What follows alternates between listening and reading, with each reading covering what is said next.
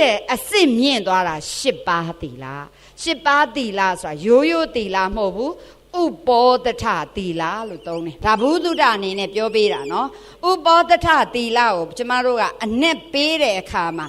ဥပနဲ့ဝတ္တထနဲ့ပေါင်းထားတာဥပဆိုတာကမြတ်တယ်ဝတ္တထဆိုတာနေတယ်တဲ့ဒါကြောင့်ဥပဝတ္တထဆိုတာမြတ်သောနေခြင်းတဲ့ရိုးရိုးနေတာမျိုးမဟုတ်ဘဲနဲ့ဟဲ့လားဒီ10ပါးသီလထိန်းနေဆိုတာမြတ်သောနေခြင်းနဲ့နေပါမယ်လို့စောင့်တည်တဲ့အတွက်ကြောင့်ဥပဝတ္တထကိုပုတ်ပေါင်းလိုက်တော့ဥပောတထအဲ့ဒီကနေပြီးတော့ပါဠိဖြတ်လိုက်တော့ဥပုပ်သီလဒါကြောင့်ဥပုပ်သီလမှာပုပ်ကိုရေးရင်ဥပဝတ္တထကလာထားတဲ့အတွက်ကြောင့်ဘာနဲ့ပုပ်ရလဲတနဲ့ပုပ်ရတယ်ပုပ်ချင်တာနဲ့ပုပ်ဆိုဥကြီးပုပ်သွားတာမဟုတ်ဘူးဥပဝတ္တထကလာလို့ဥပုပ်စောင့်နေဆိုတာဒါကိုပြောတာမြတ်သောအကျင့်နဲ့နေပါမယ်ဆိုတော့5ပါးတဲ့ဥပောတထသီလဥပုပ်သီလဒီပိုအစ်မြင့်လားမမြင့်ဘူးလားမြင့်တယ်5ပါးသီလထိန်းတော့ကကာမေတုမိစ္ဆာစာရကာမေတုမိစ္ဆာစာရဆိုတာမိမိဇနီးခင်မွန်းချင်းပေါင်းသင်းလို့ရတယ်သူတစ်ပါးရဲ့ဇနီးခင်မွန်းကိုတွားပြီးတော့မပေါင်းသင်းရအောင်ကျူးလွန်မစော်ကားရအောင်ဒါပေမဲ့ဥပုပ်သီလစောင့်ထိန်နေနေကြရင်မိမိဇနီးခင်မွန်းချင်းလဲပေါင်းသိခွင့်မရှိဘဲနဲ့ကာမေတုနေရာမှာဥပုပ်ဆောင်တဲ့နေ့မှာဘာထည့်လိုက်လဲမမြတ်တဲ့အကျင့်အဗျမစရိယာကနေရှောင်ခြင်းမယ်ဆိုအဗျမစရိယာ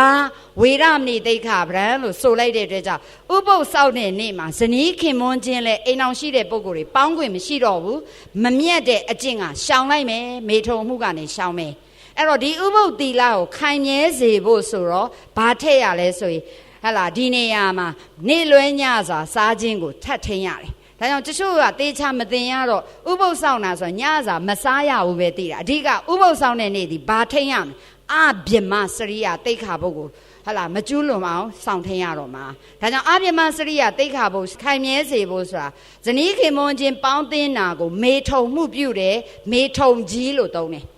ဇနီးခင်မွန်းမရှိတဲ့ပုဂ္ဂိုလ်များရှိတဲ့ပုဂ္ဂိုလ်များကြတော့မေထုံကြီးတွေမကဘူးမေထုံငယ်9ပါးပါရှောင်ရတယ်မေထုံငယ်9ပါးဆိုတယောက်နဲ့တယောက်ထိစပ်နေခြင်းမရှိရအောင်လက်ဒီပါတွေကင်တွေ့တာမရှိရအောင်ပုဒ်ဘာယုံမှာတွေ့ထီတာမရှိရအောင်တယောက်မျက်နာချင်းစုံပြီးတော့လည်းမကြည့်ရအောင်တယောက်မျက်နာတယောက်မကြည့်ရအောင်တယောက်ရေမောပြီးတော့လည်းမနေရဘူးနော်ဒါကြောင့်ပုဒ်သက်မကျူးပုဒ်သက်ချင်းကိုမကျူးလွန်နဲ့ရေမြူးမရှိတယောက်ရေမောပြီးပြောဆိုနေတယ်ဆိုတာဒါဒီမေထုံငယ်တဲ့ပါတယ်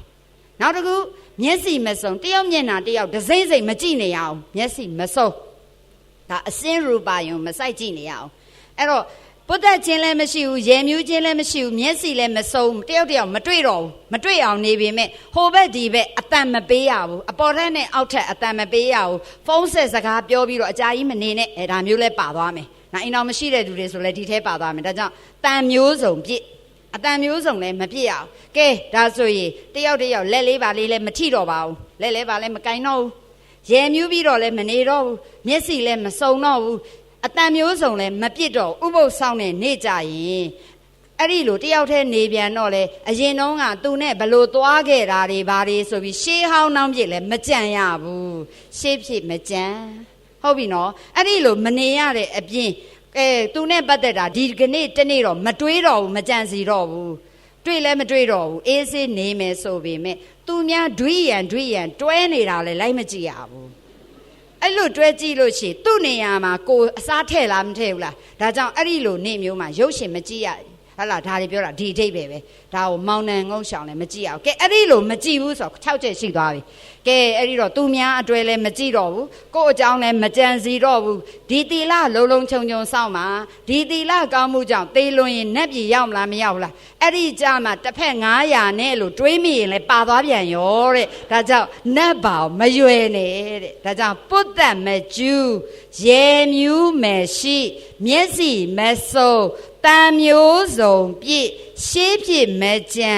မောင်နှံငုံရှောင်နတ်ပေါင်မရွယ်ခုနှစ်သွဲ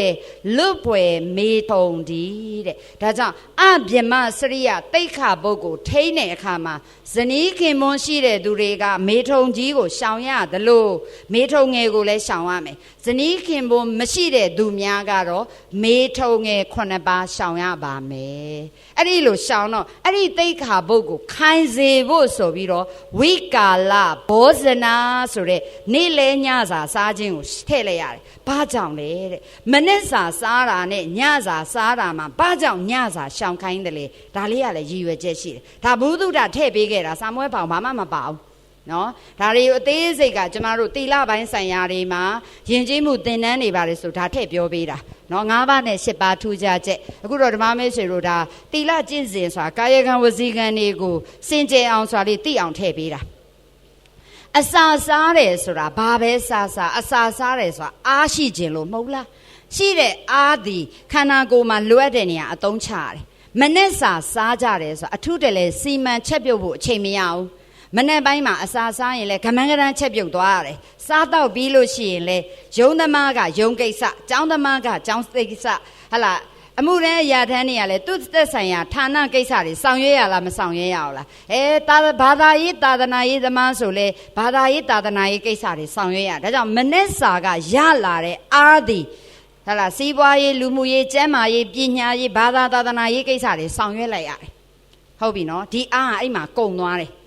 ညနေစာမွန်းလွဲပြီးညနေစာဆိုတာရုံးကအပြန်ကျောင်းကအပြန်စသည်ဖြင့်ဖြစ်လာပြီဆိုဒီအချိန်မှာအထုတလေရောချက်ပြုတ်စီမံပြစ်လားမစီမံပြစ်ဘူးလားစားကြရင်လေကောင်းကောင်းမွန်မွန်မိသားစုလိုက်ဝိုင်းဖွဲ့စားပြီးစားလိုက်လို့အဲ့ဒီအစာအသောက်ကရလာတဲ့အားသည်ဘယ်နေရာမှာအသုံးချမလဲပညာရေးအတွက်လည်းအသုံးချခြင်းမဟုတ်တော့ဘူးစီးပွားရေးချိန်လည်းမဟုတ်တော့ဘူးဟုတ်ပြီနော်ဒါဆိုရင်ဒီအားသည်ဘယ်နေရာမှာအသုံးချမိလဲဆိုကာမဂုဏ်ဆိုင်ရာမှာအသုံးချမိတဲ့အတွက်ကြောင့်မြတ်စွာဘုရားကဘယ်အစာကိုရှောင်ခိုင်းလဲနေလွယ်ညစာစားခြင်းကရှောင်လိုက်တာဒီလေဘာကိုခိုင်မြဲဖို့လဲအပြမဆက်အစမ်းကောင်းကောင်းစားပြီးဘာမှလှုပ်ဆံပြအိတ်ဖို့ပဲကြံတော့တာ哦ဒါဆိုကာမဂုဏ်ဘက်ကိုအားပေးတယ်ဒါကြောင့်နေလွယ်ညစာစားခိုင်းတယ်ဒါလေးသိရမယ်ရှောင်ကျင်ခိုင်းတယ်ဒါကြောင့်အခြားဘာသာတွေလည်းဥပုသ်သီလစောင့်တာမရှိဘူးလားသူတို့ကြတော့ဘယ်အစာမစားဘူးလေမနဲ့စာမစားဘူးဇတွေးတောင်မမျိုးဘူးညစာစားလားမစားဘူးလားကျမတို့ဗုဒ္ဓဘာသာဝင်နေကြတော့မနဲ့စာစားတယ်မွန်းလွဲပြီးနောက်ပိုင်းမစားရဘယ်အချိန်ထိမစားရတာ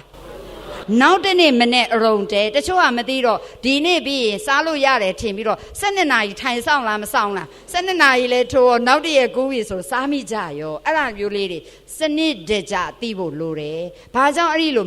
ဟာလာမသိတာလဲဆိုစနစ်တကျမသိရလို့မသိတာဒါကြောင့်စနစ်တကျသိရင်စနစ်တကျသိသွားရင်အကျင့်တဲ့နေရာမှာမှားမလားမှန်မလားမှန်မယ်အတိမှန်မှာအကျင့်မှန်မှာပါဓမ္မမေးဆွေများအဲ့တော့အပြမစရိယတိတ်ခဖို့ခိုင်းစေဖို့နံပါတ်6ဝိကာလဘောဇနာနံပါတ်9နေစာဂီတဝါရိတဝိတုကဆိုကြကာခြင်းခုံခြင်းတီဆိုတီးမှုတ်ခြင်းကိုလည်းမလုပ်ရဘူးသူများကိုလည်းမလုပ်ခိုင်းရဘူးသူများတီဆိုတီးမှုတ်ကခုံတာကိုလည်းမကြည့်ရှုနားမထောင်ရဘူး